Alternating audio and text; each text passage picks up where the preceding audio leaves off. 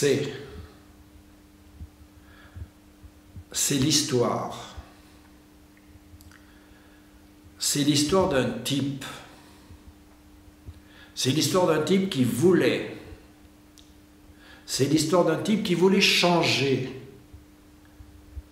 C'est l'histoire d'un type qui voulait changer le monde. C'est l'histoire d'un type qui voulait changer le monde. C'est l'histoire d'un type qui voulait changer.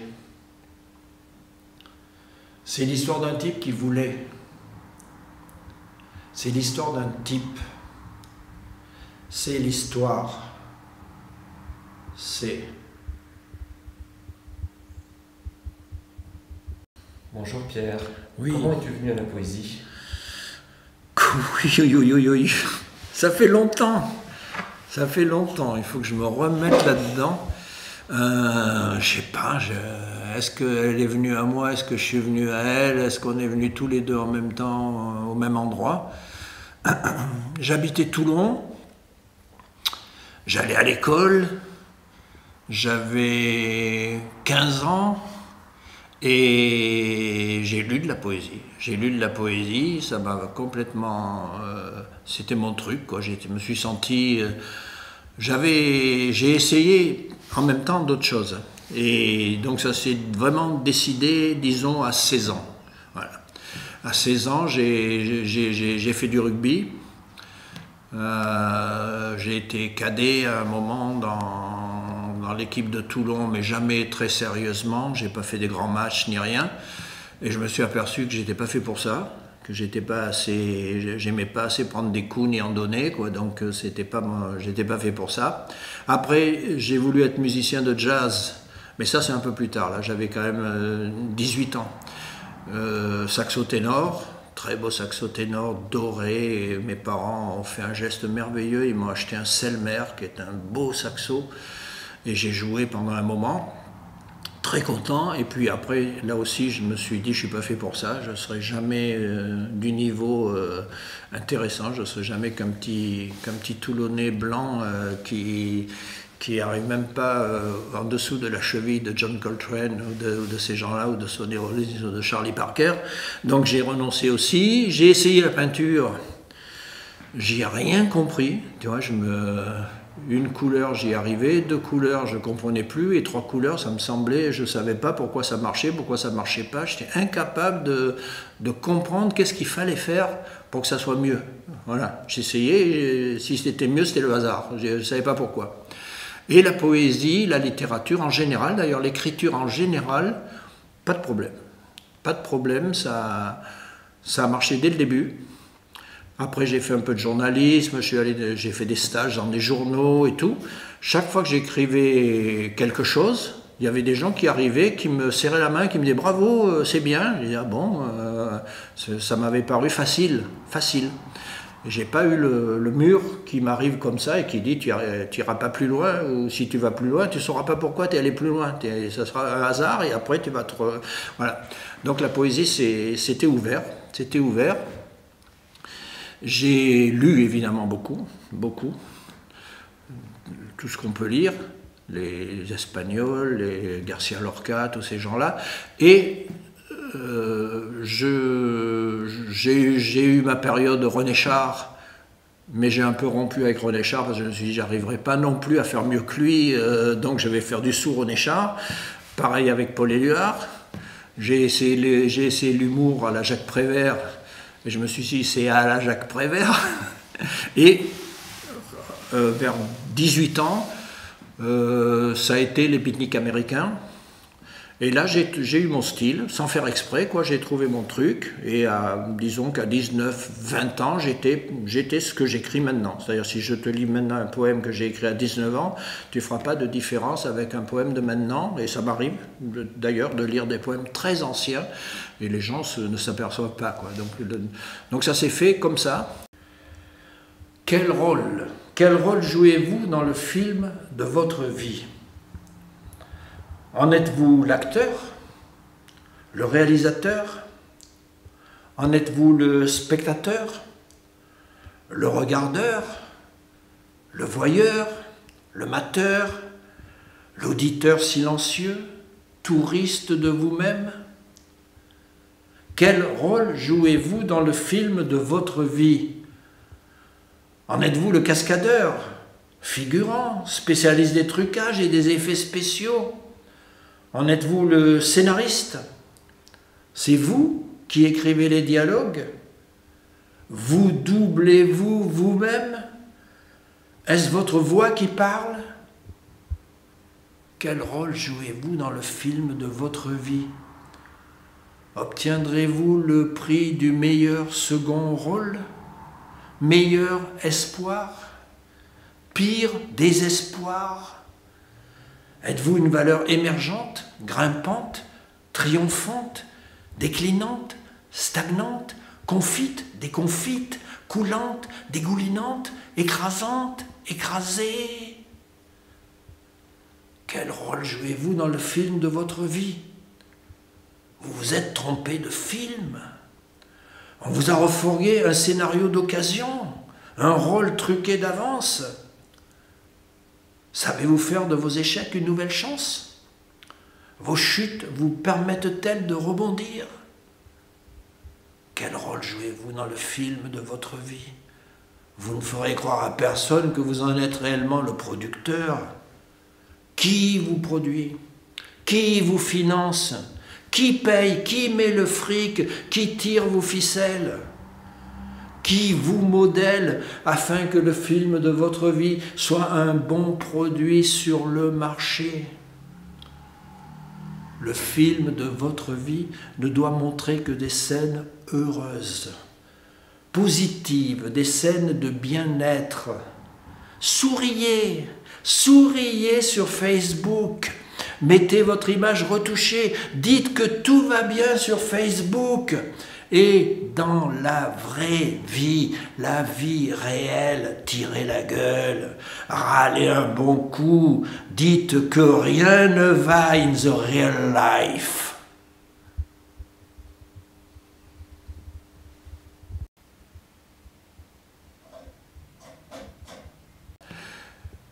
Par contre, ce qui s'est passé aussi vite, c'est que autant j'aimais écrire, autant la poésie me semblait une chose pour moi totalement normale, évidente. J'envisageais même pas de faire autre chose, quoi. Je m'étais dit, je suis poète, point final, quoi. Voilà. Je ferai de la poésie. Par contre, le côté littéraire de la poésie, très vite, m'a semblé un peu une impasse. Et là, j'étais bien embêté parce que j'avais pas de référence. Je connaissais personne. Tous les gens autour de moi, les quelques amis que je connaissais, ils écrivaient. Il y avait une revue qui s'appelait Chemin à Toulon, à laquelle j'ai participé. Là, j'avais 20 ans. Là. Déjà,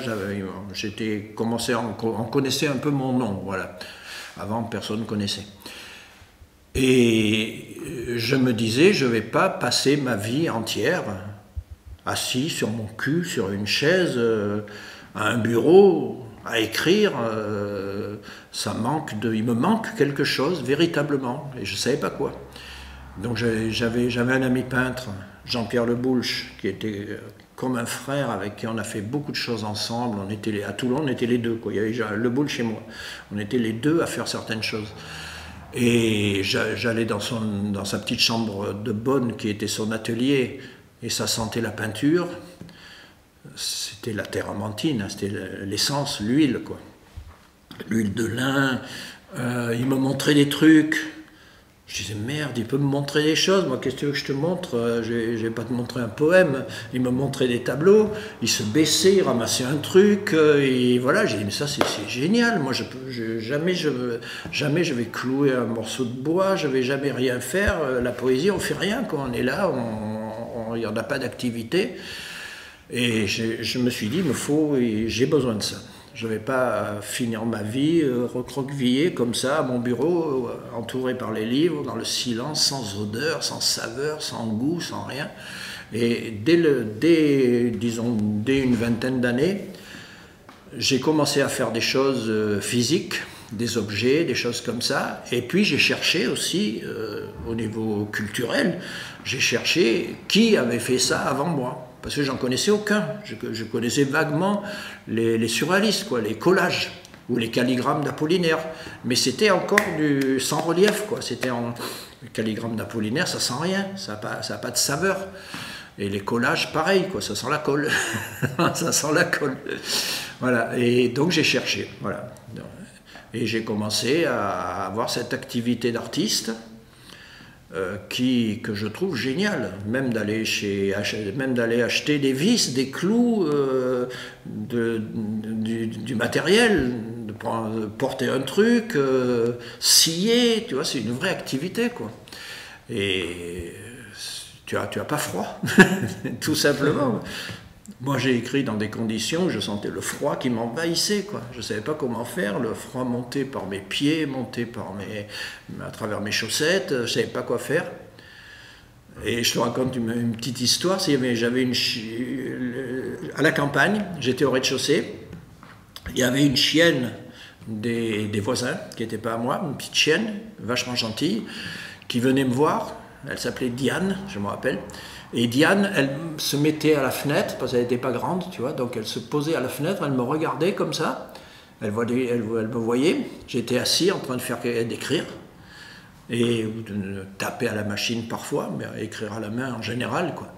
Et elle me regardait, et je voyais qu'elle ne comprenait pas, quoi, qu'elle disait, mais qu'est-ce qu'il fout, qu'est-ce qu'il fait, tu vois.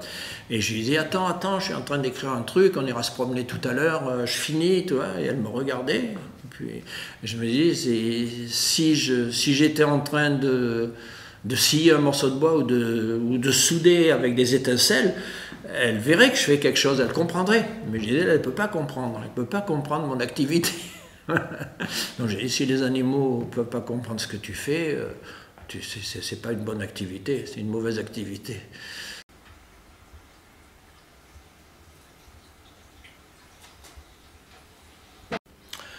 Quand je t'aime, tout mon corps t'aime, comme des petits chiots les uns sur les autres, à se lécher, à se chauffer, à se pousser, à se rentrer, à se grouiller et se contorsionner, contourner. Quand je t'aime, tout mon corps est fait de petits chiots qui me passent sur le corps. Quand je t'aime, mes bras sont mes jambes, mon dedans et mon dehors. Je ne sais plus où je commence, où je m'arrête. Je ne connais pas le bout de mes doigts, je ne connais pas le bout de mon bout. Quand je t'aime, je suis dans le sec, dans le mouillé, dans le touché. Quand je t'aime, je suis dans toi, mais je ne sais pas où tu es, toi. Si tu n'es pas dans mes doigts, dans le bout de mes doigts, dans mes doigts, oui, je crois, dans le bout de mon bout, ou ta langue qui bouge dans ma bouche, c'est la tienne ou la mienne? Et alors, ton corps passe sur ton corps, passe sur mon corps, passe sur ton corps encore. Tes larges épaules débordent du lit, et tous nos corps plus grands que le lit, et le lit plus grand que la chambre. Quand je t'aime, je ne suis que sueur, et tu n'es que soupir, que sueur qui dure des heures, que soupir qui sourire et fait rire. La chambre est plus grande que la rue, et le quartier où tu habites. L'escalier descend vers toi, la porte s'ouvre sur toi, il fait soleil. Et cette activité était liée également à la poésie, au mot, tout de suite? Ah, tout de suite, oui, tout de suite. Tout de suite, c'était même thérapeutique, c'était peut-être pour me débarrasser du côté trop littéraire, parce que dès le début, je me suis dit, la poésie, c'est la littérature, puisque c'est ce qu'on apprend à l'école. On apprend que Baudelaire, Rimbaud, Verlaine, Apollinaire, et puis les plus anciens étaient écrivains. Victor Hugo, écrivain, tous écrivains. Donc on les imagine toujours en train d'écrire, quoi. Et donc dans la littérature.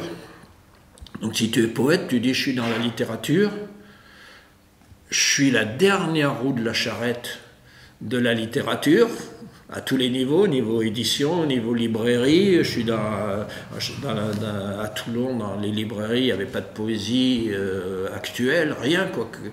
Il n'y avait que les classiques, quoi, les connus, ceux qu'on apprend à l'école, quoi, voilà. Et je me suis dit, ce côté littéraire, est-ce que la poésie est vraiment de la littérature? Je me suis posé cette question tout le temps. Pourquoi la poésie est plus dans la littérature que dans les contes?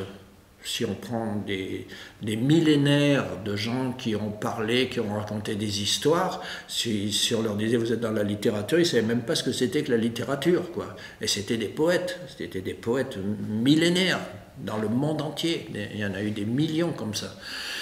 Donc je me disais pourquoi on est là-dedans.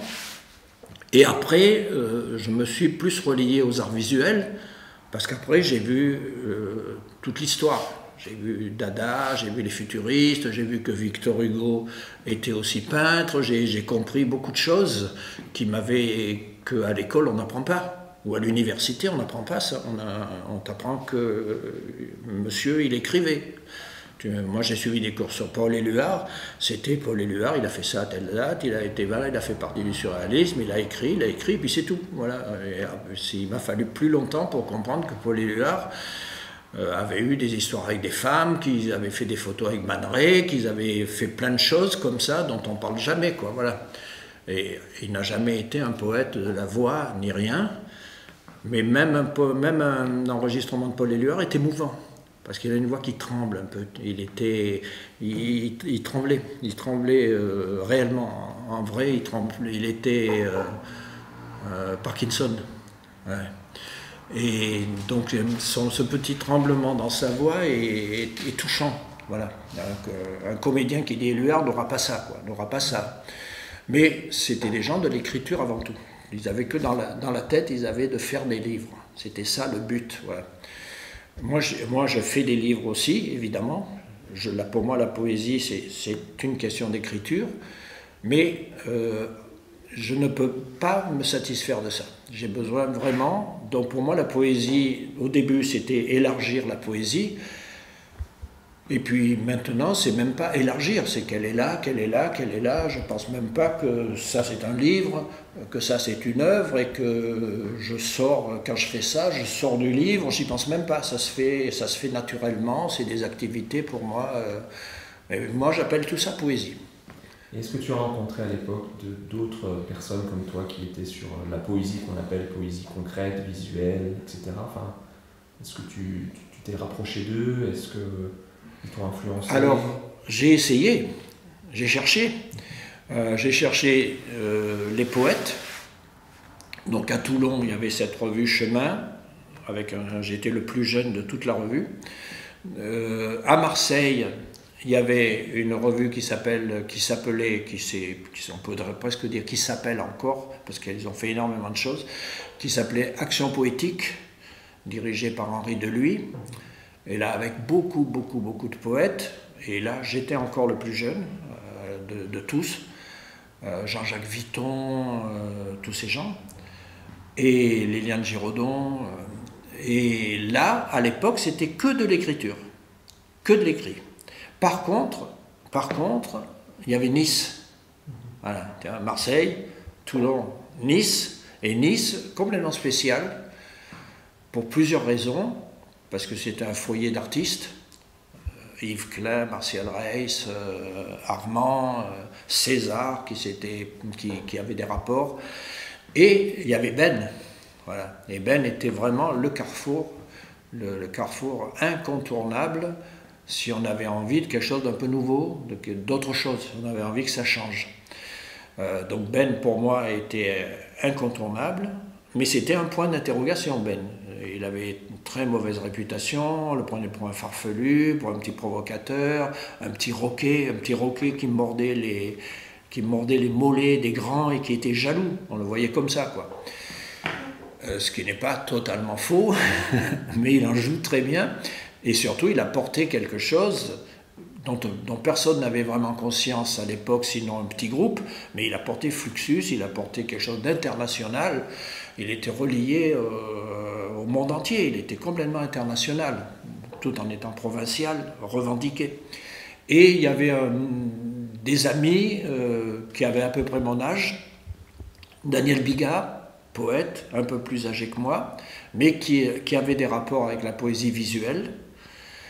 Marcel Alocco, Serge Delbourg, qui n'était pas vraiment écrivain, mais qui s'intéressait à la poésie, Roland Flexner, plein de gens comme ça. Et avec eux, tout de suite, j'ai été le poète qui pouvait collaborer et faire des choses avec eux. Donc ils avaient, Marcel Alocco avait une revue qui s'appelait Identité, ils m'ont publié tout de suite, et Ben m'a ouvert, pas ses bras disons, mais m'a considéré, voilà, m'a considéré et a fait attention à moi, voilà. Et il continue toujours à avoir une espèce d'affection pour moi, je suis le poète, voilà. Et après, au-delà effectivement du travail plastique, la lecture publique, la poésie action, poésie performance, qui est aussi effectivement dans le travail de Fluxus, hein, dans les happenings et puis performance, comment, une fois que tu avais travaillé sur le côté plastique et sur le côté littéraire, la mise en voix, c'est venu aussitôt, c'est venu en même temps ou c'est... La mise en voix, j'ai moins bien connu, parce que je connaissais Ben, Daniel Biga, ces gens-là qui n'étaient pas des sonores, qui n'avaient pas des techniques particulières sonores. Et moi, personnellement, j'ai toujours cherché à être le plus dépouillé possible. C'est-à-dire, je dis mes poèmes, peut-être là je suis comme ça, mais si je dis un poème, je vais me tenir un peu plus droit, un petit peu me redresser, je vais me tenir debout. Mais c'est à peu près toute l'attitude théâtrale que je vais avoir. Je vais avoir les mêmes gestes, je vais avoir les mêmes trucs, je vais un peu forcer ma voix s'il y a 30 personnes et s'il n'y a pas de micro. S'il y a un micro, il faut tenir compte du micro quand même, il faut faire attention au micro. Mais je reste le même, parce que moi je veux que ma poésie, et ma poésie, dans mon idée, c'est la poésie. On ramène toujours tout, même si on sait que c'est pas vrai du tout. Donc, disons, la poésie, pour moi, c'est d'être le plus simple, le plus dépouillé, le plus démuni, le plus nu possible. Sans parure, sans rien qui te met en valeur. Tu as ta voix, ce que tu dis, et tu as une voix humaine, normale. Voilà. Alors moi je suis plus là-dedans. Après, les poètes sonores, je les ai connus plus tard. C'est-à-dire Chopin et surtout Bernard Hatzig, avec qui parfois j'ai lu, j'ai collaboré, il m'a invité sur certaines choses. J'ai connu plus tard. On pourrait mettre Robert Filiou là-dedans, mais Filiou ne fait pas tellement d'effet avec sa voix. Il parle normalement, il est simple. Dans ses performances, il parle tout à fait normalement. Dès le début, il a compris l'importance de l'enregistrement, puisque l'histoire chuchotée de l'art, il a fait d'abord sous forme de petits disques, dans un jukebox, des petits 45 tours. Donc il a compris l'importance, mais il parle normalement. Il n'y a pas ce travail de Henri Chopin, de Dufresne, de tous ces gens-là que j'ai connus plus tard. Mais je ne suis pas affilié à eux, je suis parallèle, mais si tu vois, je serais passé après Chopin et Dufresne, et ben j'aurais lu un poème simplement, voilà, j'aurais pas fait d'autres choses.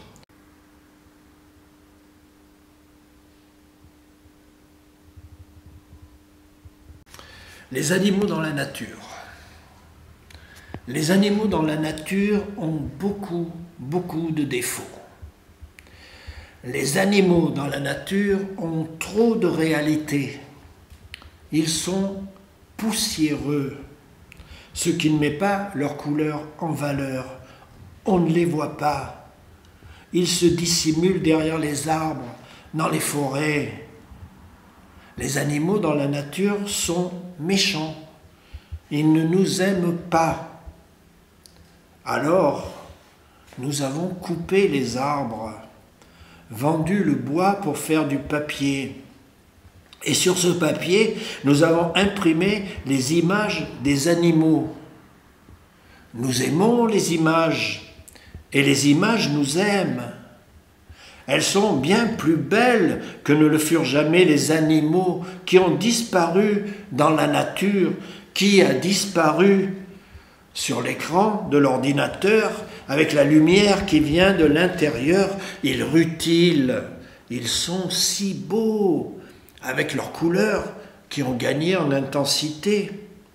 Ils sont aussi plus nets et mieux dessinés, comme des sculptures irréelles en 3 dimensions et pas du tout dangereux. On les voit, ils ne peuvent pas se cacher.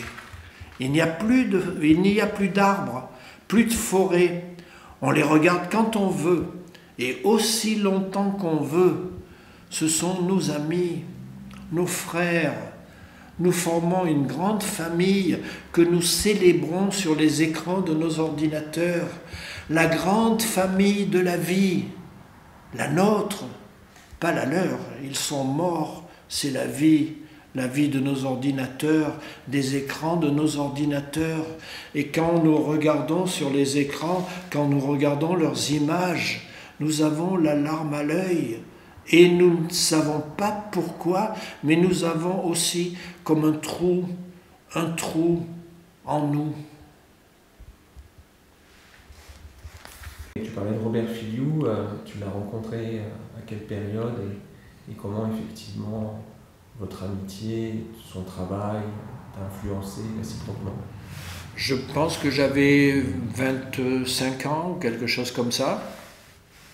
Donc c'est une époque où avec Franck Venaille, Daniel Biga, Jean-Pierre Lebouche, on faisait la revue Chorus. Donc là j'avais quitté Toulon, où il n'y avait rien, qui est un désert, il y avait une équipe de rugby et c'est tout. Voilà, l'équipe de rugby de Toulon, qui en plus a toujours été une équipe problématique, et c'est tout. Et l'armée, quoi, et la marine nationale. Et je suis parti à Paris avec grande joie, parce que Paris pour moi c'était la poésie, l'art, tout ce que tu veux, mais c'était beaucoup le jazz. Et moi j'étais un gros amateur de jazz, presque un amateur professionnel disons, de jazz. Donc pour moi Paris c'était l'endroit où jouaient Don Cherry, Ornette Coleman, Bud Powell, ces gens-là, quoi, voilà. Les Noirs américains qui étaient accueillis avec respect en France, à Paris, et en Scandinavie et en Angleterre, alors que dans leur pays, ils étaient que des Noirs qui pouvaient se prendre un coup sur la tête à tout moment, quoi. Et donc c'était le jazz, donc j'ai beaucoup fréquenté certains endroits, rue de la Huchette, le Chat qui pêche, tout ça, le Birdland. Et j'ai connu aussi, par la revue Chorus, par un choix personnel, je suis allé vers les gens qui me plaisaient. Et les gens qui me plaisaient, en fait, ils étaient dans un tout petit nombre de galeries, galerie Matthias Fels, quelques endroits comme ça. Et j'ai connu ces galeries, et en travaillant avec eux, en faisant des interviews, des choses comme ça, en collaborant, on est devenus très rapidement amis. Et je suis tombé en plein milieu de tous les gens que j'aimais, c'était très facile. Ils étaient au même endroit, ils étaient dans les mêmes galeries, ils étaient dans les mêmes bars, ils étaient rue de Seine, ils étaient à la Palette, au Chai de l'Abbaye, ces endroits-là. Et donc on est devenus amis. Et Filiou, je pense que je l'ai rencontré comme ça, par Marc Bruce, Eric Dittmann, Topor, tous ces gens. Avec qui je passais des nuits entières, qui étaient des gens très dangereux pour la santé. Tu vois, au bout de 3 nuits normales avec eux, tu te demandais si tu allais tenir droit et si c'était l'hôpital, quoi. Tu te disais, je peux pas, comment ils font, quoi. Et eux, c'était normal, c'était des nuits normales pour eux, quoi. Et je pense que j'ai rencontré Filiou là. Après, on avait beaucoup de choses en commun, mais lui, pareil que Ben, quoi. Il était Fluxus, il était international, il avait beaucoup vécu aux États-Unis, et il me disait des noms de gens que je ne savais absolument pas qui c'était. Je regardais les revues françaises, ces gens-là n'étaient jamais cités, personne ne connaissait leur nom. Même maintenant, tu dis Dick Higgins ou Emmett Williams, le milieu de l'art, ils ne connaissent pas. Et quand ils connaissent Robert Filiou, c'est déjà bien, tu vois.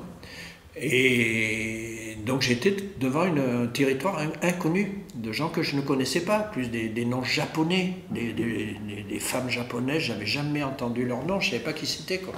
Donc petit à petit, je suis plus rentré là-dedans, et Filiou, ça a été mon grand frère, quoi. Je peux pas dire mon père, ça serait peut-être un peu fort, mais disons mon oncle, quoi. Mon oncle, mon grand frère, je faisais quelque chose, je me dis qu'est-ce qu'en penserait Robert, est-ce que ça lui plairait, est-ce qu'il trouverait pas ça un peu faible, voilà.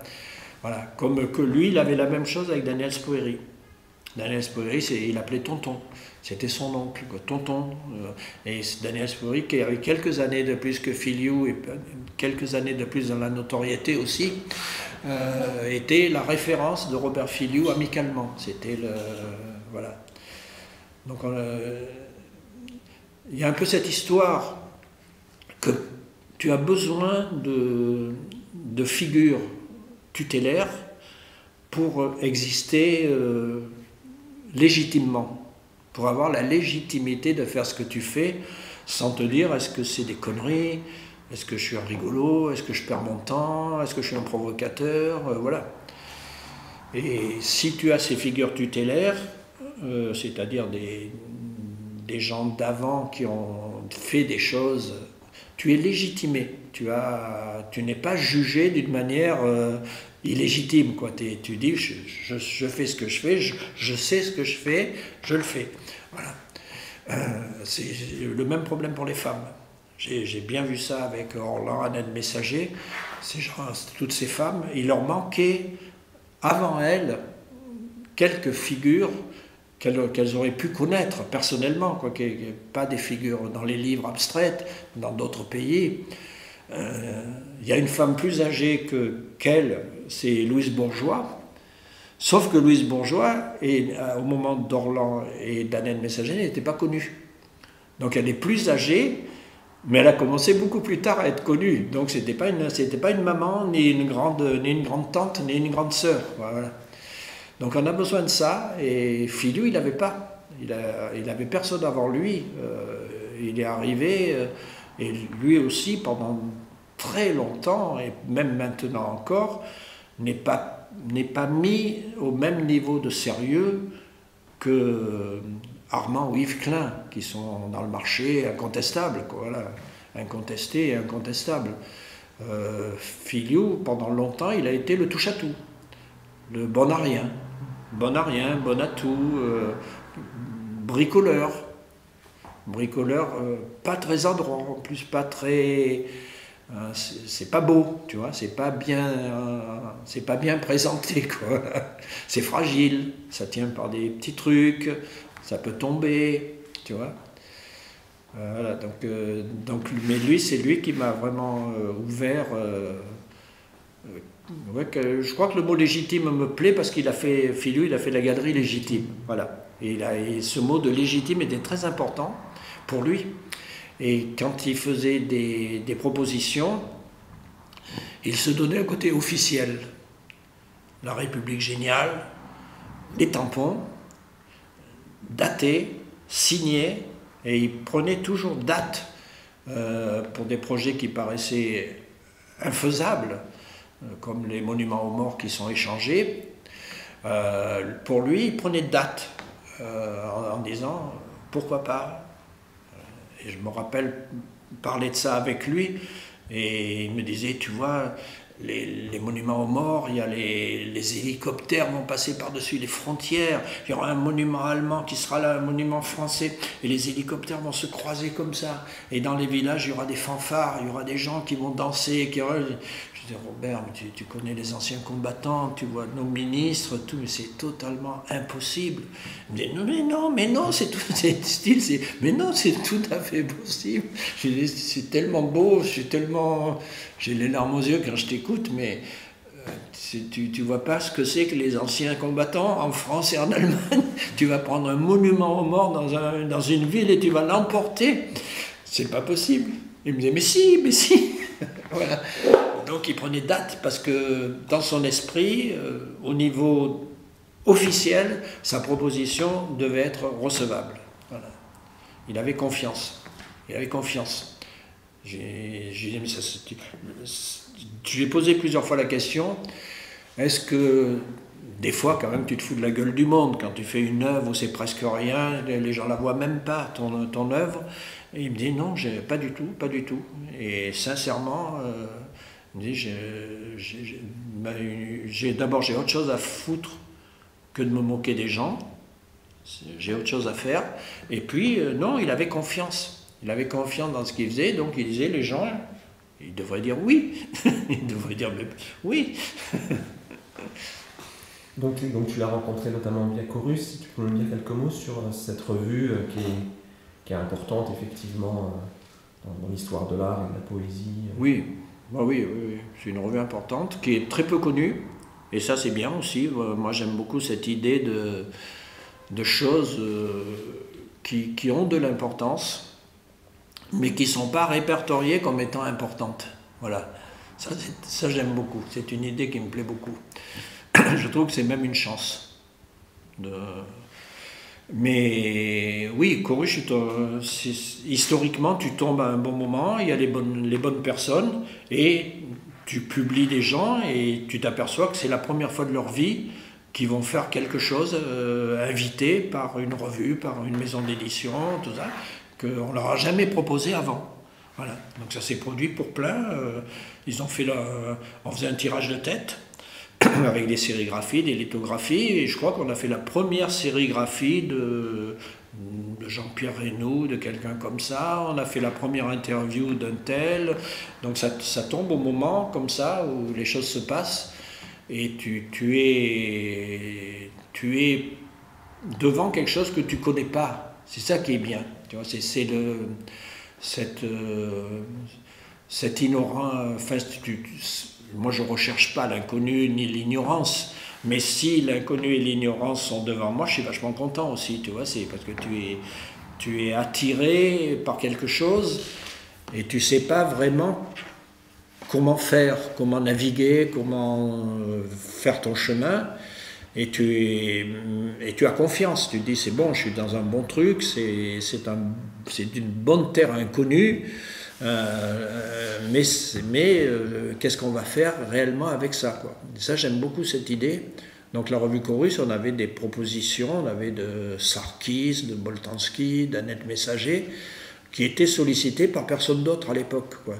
On est en 60, un peu après 68. Voilà, 69, 70, 71, 72, au moment où tous ces gens-là commencent à faire des trucs.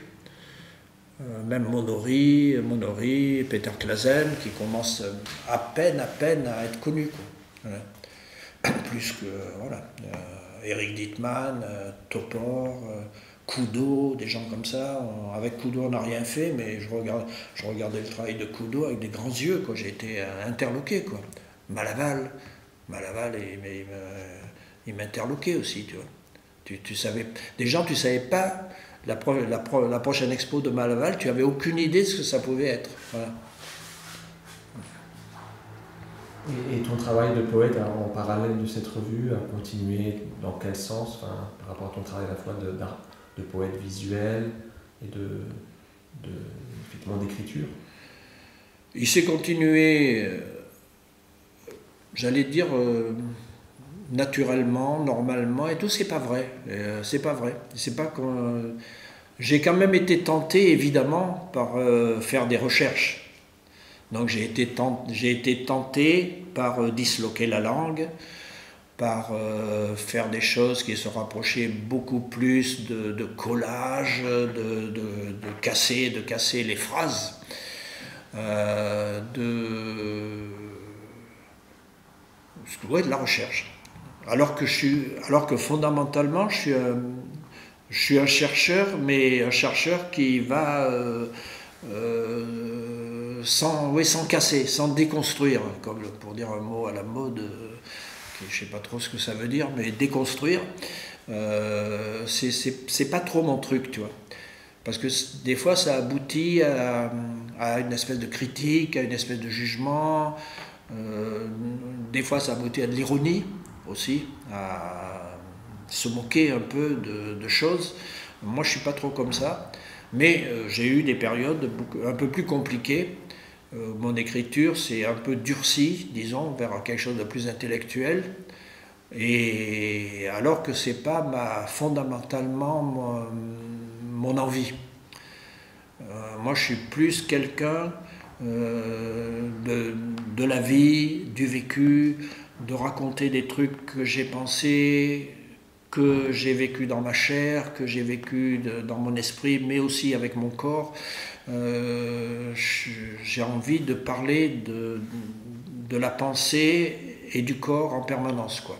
Donc je ne suis pas un poète du vécu dans le sens où il m'est arrivé ça, je marchais dans la rue, c'est pas ça, c'est pas la poésie quotidienne, disons quotidienne, j'ai mangé ça, j'ai fait ça, je suis pas là-dedans, mais je suis quand même toujours à raconter des histoires en me disant ça m'est arrivé à moi, mais c'est des histoires de tout le monde. Ce que je raconte là, tout le monde peut le raconter aussi, quoi, voilà. Donc je suis pas un casseur de langage, voilà. Voilà. Après, j'ai été très ami avec Tarkos, par exemple. Il a même vécu chez moi. Je lui ai prêté tout un été mon appartement à Paris.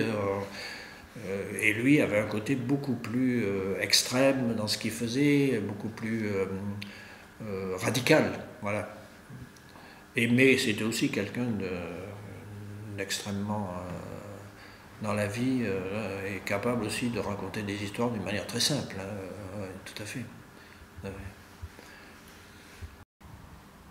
Voilà, tu vois, les brindilles, par exemple là, poème écrit pour les brindilles, de tout ce dont est témoin la brindille, il y a une leçon à tirer, mais laquelle? Voilà, donc ça c'est vraiment, on est dans une idée vraiment de poésie très économique, puisque c'est des petits bouts de poèmes qui sont découpés ou que je fais tirer, que je tire à l'ordinateur. Et c'est les brindilles qui sont les choses aussi les plus humbles, les plus modestes, les plus sans valeur, destinées à disparaître. Et que tu récupères pendant tes malades? Oui, il y en a partout. Il y en a partout, on peut en récupérer partout. Mais j'ai cette idée aussi que les mots sont aussi comme des brindilles, tu vois, que un mot, s'il est tombé par terre, si on s'en occupe plus, s'il est plus prononcé, il n'est plus rien. Le langage n'est plus rien si on ne le fait pas vivre, tu vois. Et que tout peut être abandonné, tout peut perdre son sens, tout peut perdre sa valeur si on enlève le sens et la valeur aux mots, si on ne leur redonne pas cette vie, et ils deviennent des brindilles. Ils ont plus, voilà. Donc j'ai cette idée que s'il faut ramasser les choses, et il faut les considérer, et il faut faire attention à elles, et qu'à ce moment-là, ça redevient de la vie, parce que les brindilles sont recyclées dans l'éternel recommencement. Mais les mots peuvent se perdre. On ne sait même pas s'ils peuvent être recyclés. Une fois qu'ils ont disparu, ils ne sont plus rien, quoi. Oui, comme les langues qui disparaissent. Voilà, donc c'est cette idée aussi de pauvreté qui me plaît beaucoup. De choses qui ne sont pas grand-chose.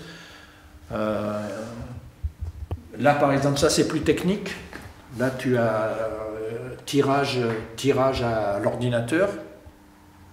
Donc c'est un beau tirage fait par des ateliers professionnels. Et tous ces petits personnages ont des lettres. Donc c'est tout un peuple comme ça qui présente des phrases avec des lettres, chacun a un, et qui, le texte, comme tu vois écrit, il y en a un parmi nous qui est en relief. Voilà. Et effectivement, il y en a un qui est en relief. Voilà.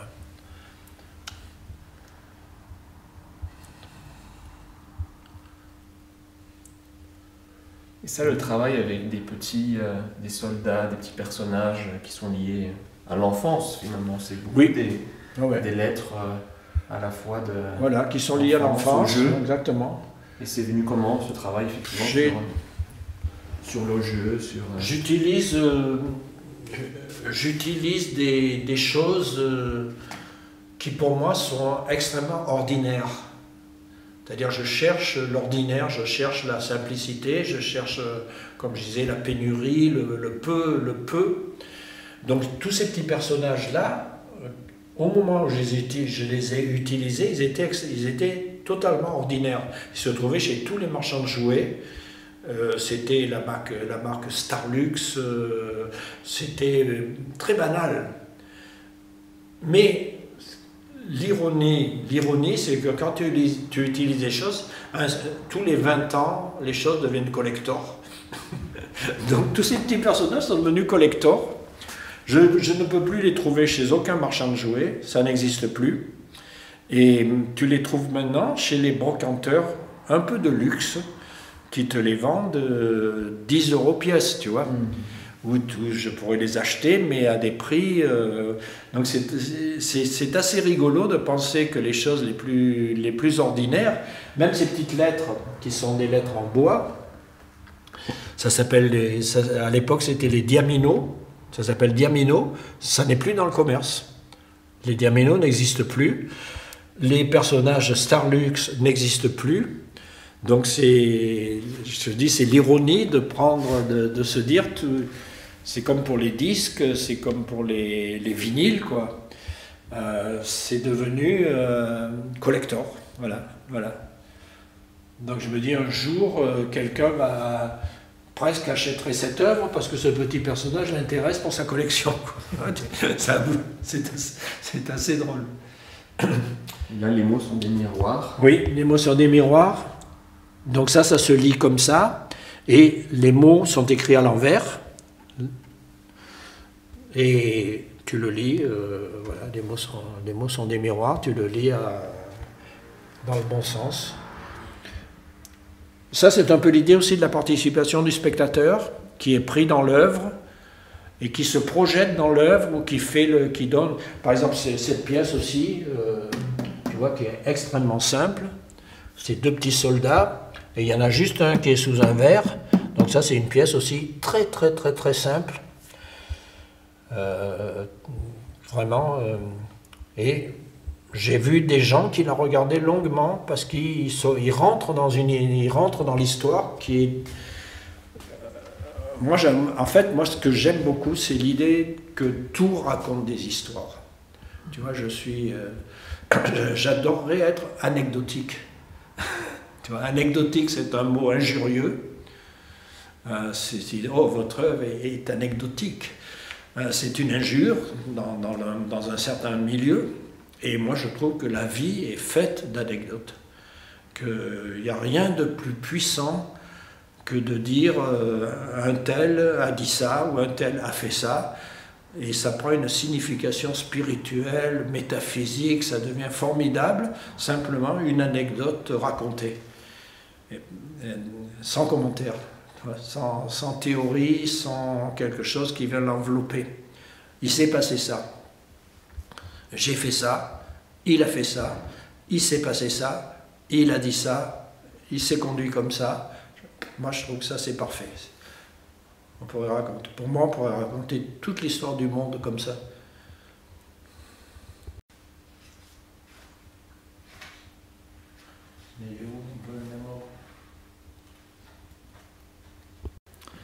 L'asile psychiatrique est splendide. L'hôpital est bien géré. C'est un robot muni de fiches perforées et d'un bras articulé qui garnit les plateaux repas en fonction des régimes de chacun. Mais l'asile psychiatrique est splendide. L'hôpital est bien géré. Il modernise les prisons, c'est formidable. On a remis à neuf les couloirs glauques, sombres et anxiogènes et leur odeur qui soulève le cœur. On a construit de nouveaux bâtiments avec des fermetures électroniques. On n'entend plus les cliquetis métalliques des clés, ni le bruit qu'elles font dans les serrures. L'hôpital est bien géré. Maintenant, les détenus payent pour regarder la télévision. Mais l'asile psychiatrique est splendide. Il modernise les prisons. Les détenus payent pour se faire eux-mêmes la cuisine. Ils ont le droit d'avoir une plaque électrique, un couteau à bout carré. Il y en a qui se bricolent un four avec des boîtes de conserve. L'hôpital est bien géré. Il modernise les prisons, c'est formidable. Les détenus regardent même des films porno. Ils fument même des joints. Ils se défoncent. Si, c'est toléré. Ils payent pour ça. Il y a des trafics pour ça. L'hôpital est bien géré. Les trafics sont bien gérés. L'asile psychiatrique est splendide. Comme les détenus, les malades payent pour regarder la télévision. Les détenus prennent des médicaments comme les malades. Certaines substances et divers anxiolytiques devraient être absorbés en mangeant. On entend parfois hurler. Il est très difficile de tranquilliser les forcenés. Le mieux, c'est encore de les sangler sur leur lit. Ils modernisent les prisons. Des gros progrès sont faits, de nettes améliorations en matière d'hygiène et de sécurité. Par exemple, le colmatage des trous a permis de faire diminuer remarquablement la présence de rats. Il faudrait arriver à ce que le nombre de rats soit inférieur à celui des détenus. Ce serait déjà un bon résultat. Et aussi ne plus jeter les déchets par les fenêtres. Les détritus s'entassent au pied des murs et le personnel qui s'occupe du nettoyage n'y a pas accès. L'asile psychiatrique est l'annexe d'un autre asile. La prison est l'annexe d'une autre prison. L'hôpital est l'annexe d'un autre hôpital. Il y a des surveillants qui se plaignent d'être gênés par la fumée de cannabis. Les détenus sont abrutis, mais ça les calme. Ils sont enfermés, si, ça les calme. C'est beaucoup mieux que l'alcool qui les excite.